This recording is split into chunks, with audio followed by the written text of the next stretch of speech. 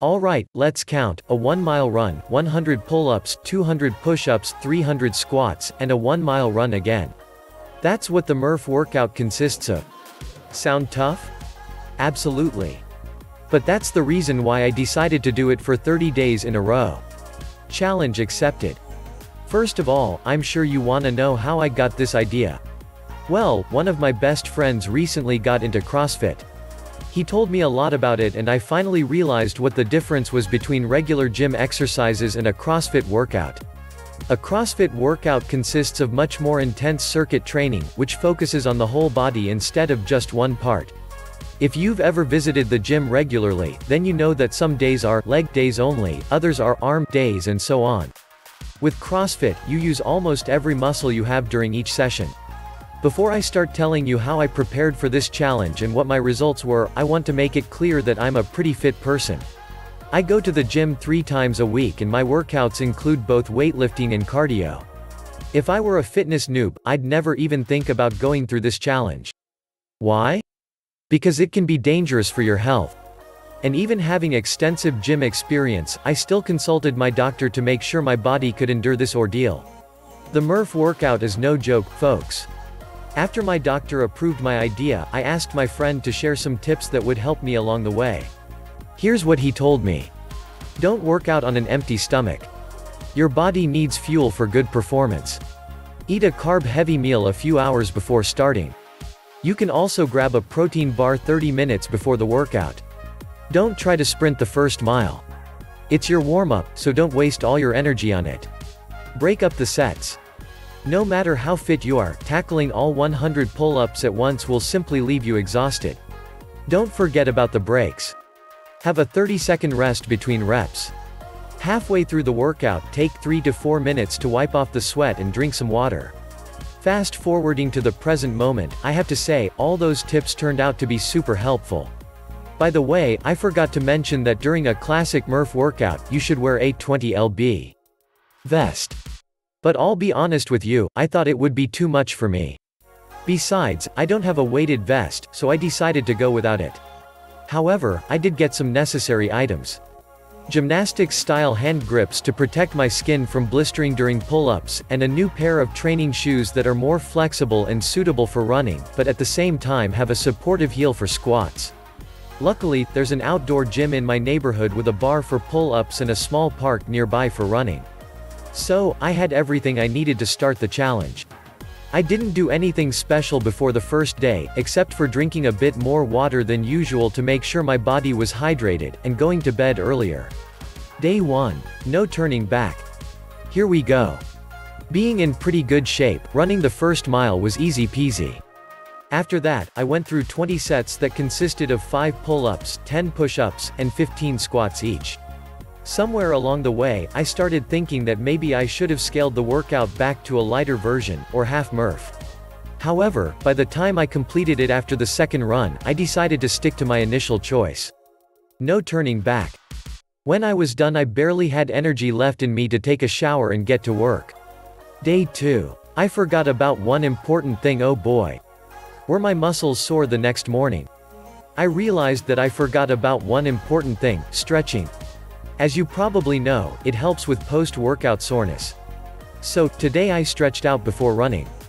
Even though every muscle in my body was on fire and screamed for rest, I still felt motivated to keep going. But after the second run, I had to lie on the bench in the park for like 10 minutes straight to steady my breath. Although later, this tiredness changed into a boost of energy that made my day super productive. Day 7. This workout is grueling. I guess I could say that the first week went smooth. I mean, of course, I still felt unbelievably exhausted after each session. This workout is grueling, so it just won't be any other way. But I was happy that I wasn't tempted to give up. I even got used to waking up 2 hours earlier so that I had time to do the Murph before work.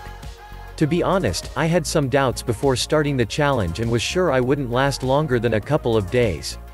Day 12. What ruined my uplifting attitude during the second week? Something happened that ruined my uplifting attitude. Everything was fine that day after I finished my workout. I had a meeting at work and then went to have lunch. The food was tasty, but later in the evening, I started feeling dizzy and nauseous. Turned out I had food poisoning. And the only thing I could think of was, I can't skip my workout tomorrow. I went to sleep hoping I'd be able to continue the challenge. Day 13. Tough morning. The next morning was tough, to say the least. I left my bed feeling extremely weak. My stomach was still gurgling. But thankfully, the dizziness and nausea were gone.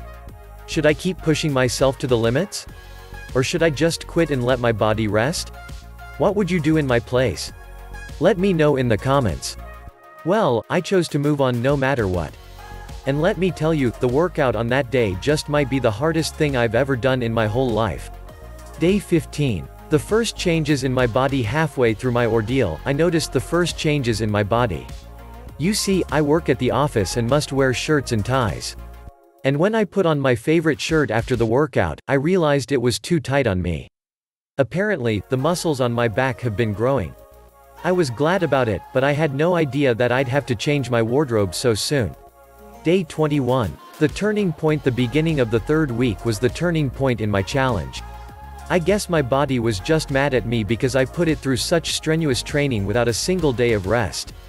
And this, in turn, messed with my mindset. For the first time since starting the challenge, I didn't want to get up and told myself that it was okay to skip just one time. To overcome this speed bump, I remembered why I started in the first place, to test myself. Besides, I could let all my efforts be for nothing. It took every ounce of willpower to train on that day, but I did it. Day 30. Did I achieve my goal? When I woke up I couldn't believe it was the last day of the challenge. In the beginning, a whole month seemed so daunting. But step by step, day by day, I finally managed to achieve my goal. The last workout was the most satisfying one I've ever had. The pain and tiredness didn't even bother me. I guess I can chalk this up as a victory. My results. Well, now it's time to talk about my results. First, I got way stronger. A few days ago I helped my friend move. His flat was in a new building and the elevator wasn't working yet. So we had to carry all his stuff, including furniture, to the 4th floor. Just imagine how much a standard fridge weighs. I can't say it was easy, but I did feel more powerful than before. Also, my body became more defined. Especially the lats on my back. I didn't take measurements, but I'm pretty sure my back got wider. Besides, I gained around 4 pounds, and it's all pure muscle mass. I think drinking protein shakes before each workout did its job. On top of that, my six-pack is now more visible. In other words, I've never been in better shape. But the most important changes were in my mind. I can't remember the last time I was this proud of myself. I surprised myself with my own dedication and persistence. Now I know for sure that limits exist only in our head. If you put your mind to it, you can accomplish anything. I'm so grateful for this difficult but rewarding experience that I decided to trade in my gym membership for the Murph workout every day. So do let us know in the comments on what topics you want us to make our next video. Don't forget to hit the like button. And subscribe our channel for more informative topics for your healthy life.